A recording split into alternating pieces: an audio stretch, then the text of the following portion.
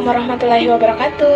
Perkenalkan, nama saya Amelia Ariu dengan NIM 2121079 dari kelas A kelompok 12 akan memaparkan materi tentang menjelaskan dan menerapkan rancangan acak kelompok.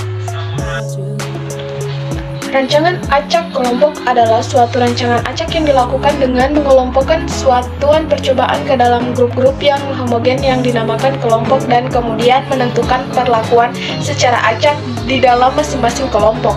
Rancangan acak kelompok lengkap merupakan rancangan acak kelompok dengan semua perlakuan dicobakan pada setiap kelompok yang ada.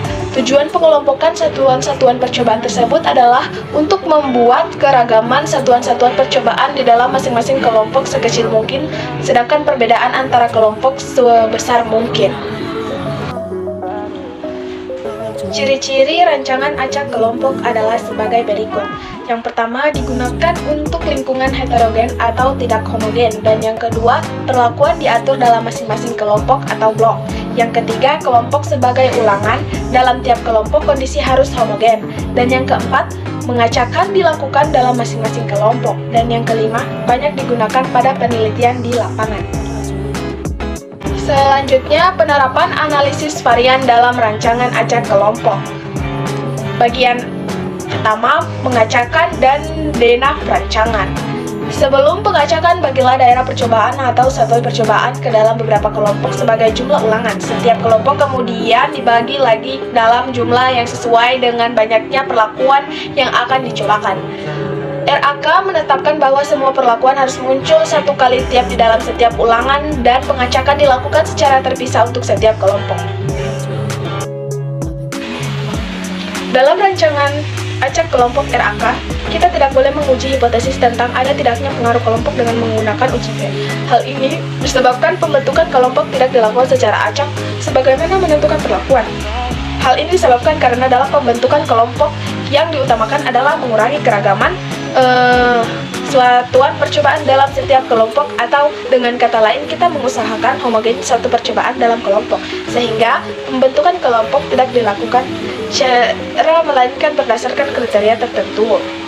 Dengan demikian, dalam RAK yang diuji hanya berpengaruh perlakuan saja. Dari sisi perlakuan terdiri dari dua tipe perlakuan aturan model, yaitu model tetap dan model acak. Model tetap di mana jika yang diuji coba adalah satu buah perlakuan, maka kesimpulan yang ditarik hanya menyangkut satu buah perlakuan tersebut. Sedangkan pada model acak, peneliti akan berhadapan dengan populasi perlakuan. Oleh karenanya, kesimpulan yang ditarik mengenai populasi perlakuan didasarkan atas sejumlah buah perlakuan yang dicobakan. Nah, baik. Selanjutnya kita beralih pada rancangan acak kelompok dengan data Excel.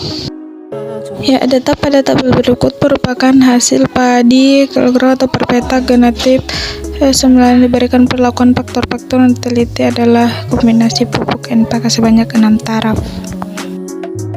Nah, ini adalah perlakuan dan kelompok. Nah, ini adalah logat data untuk RAK faktor tunggal, bisa disusun dengan dua cara, tabel pertama atau tabel kedua. Lalu kita klik data analisis, terus kita klik yang ketiga, select the power. Lalu kita ketik OK, lalu kita ketik OK, terus selection input range, terus kita blok semua perlakuan datanya. Setelah itu kita tekan centang kontak check labels, biarkan nilai ampere, terus kita klik lagi OK. Ringkasan nilai ukuran statistik masing-masing perlakuan dan kelompok. Lalu kita tabel analisis varians, kelompok, perlakuan, dan galats. Lalu pengaruh sangat tingkat F hitung P dari F discrete atau P valued 0,1. Itulah materi yang bisa dapat saya sampaikan. Lebih dari kurangnya saya mohon maaf. Wabillahi taufiq wal hidayah. Wassalamualaikum warahmatullahi wabarakatuh.